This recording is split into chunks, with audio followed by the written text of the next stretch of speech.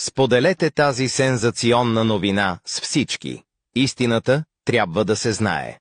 Защо тази истина е толкова важна? Защо трябва да споделим тази новина? Истината може да е трудна, но е освобождаваща. Вашият призив е: разпространете тази истина. Сензационна новина. Истината за Исус Христос и Неговата титла Господ разкрита.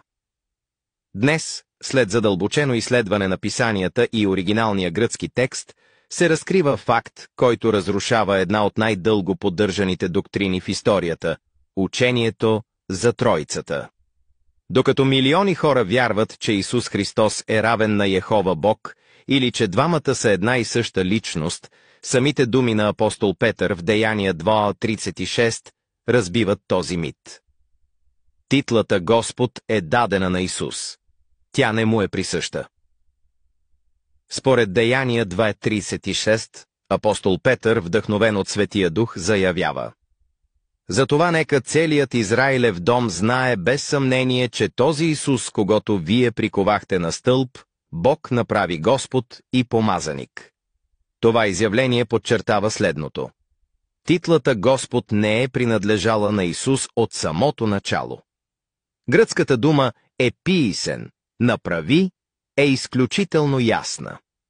Тя означава активен акт на създаване, даване или назначаване. Ако Исус вече беше Господ, в смисъла на върховен господар или равен на Бога, защо Йехова трябваше да го направи такъв? Очевидно, това е титла, която му е дадена едва след възкресението. Исус не беше Господ, нито в небето, нито на земята преди възкресението си. Няма доказателство в писанията, че Исус е имал тази титла преди възвеличаването си. Титлата Господ е част от възнаграждението на Исус за неговата вярност. Филипяни 2:9-11 потвърждава това, като казва: затова и Бог го възвеличи и му подари име, което е над всяко друго име. Тази титла не прави Исус равен на Йехова, а подчертава неговата подчиненост. Йехова остава източникът на всичко.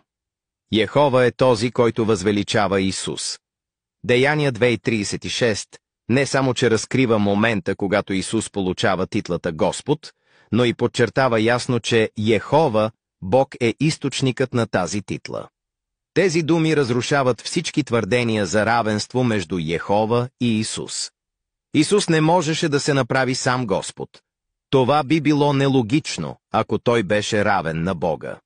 Самото действие на Йехова да направи Исус Господ доказва, че Йехова има върховенство и пълна власт. Исус е Господ, но Йехова е Бог. Апостолите разграничават двете роли. Нито един стих не описва Исус като идентичен с Йехова или като равен на него. Апостолите разбират истината чрез Светия Дух. В деня на Петдесетница, когато апостолите са изпълнени със Светия Дух, първото нещо, което обявяват, е именно тази истина. Светият Дух им разкрива, че Йехова е възвеличил Исус, като му е дал нова позиция и титла. Те започват да проповядват, че Исус е въздигнат, но все пак подчинен на Йехова, който остава единственият всемогъщ Бог. Как това разрушава мита за Тройцата? Йехова и Исус имат различни роли и титли.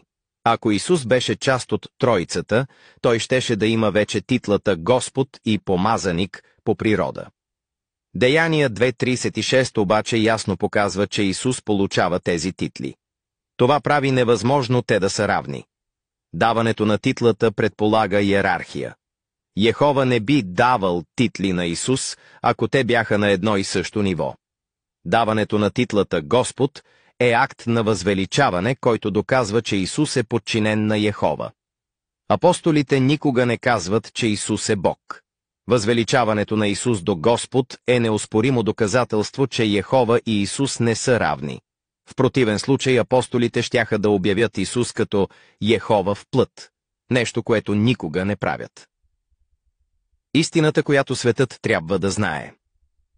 Тази библейска истина е разрушителна за учението за Троицата и твърденията за равенство между Йехова Бог и Исус Христос. Деяния 2:36 разкрива неоспорим факт. Йехова.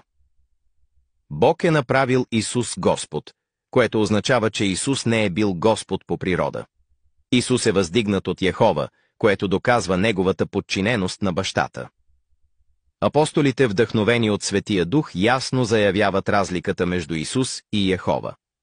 Сега е времето светът да отвори очите си за тази истина.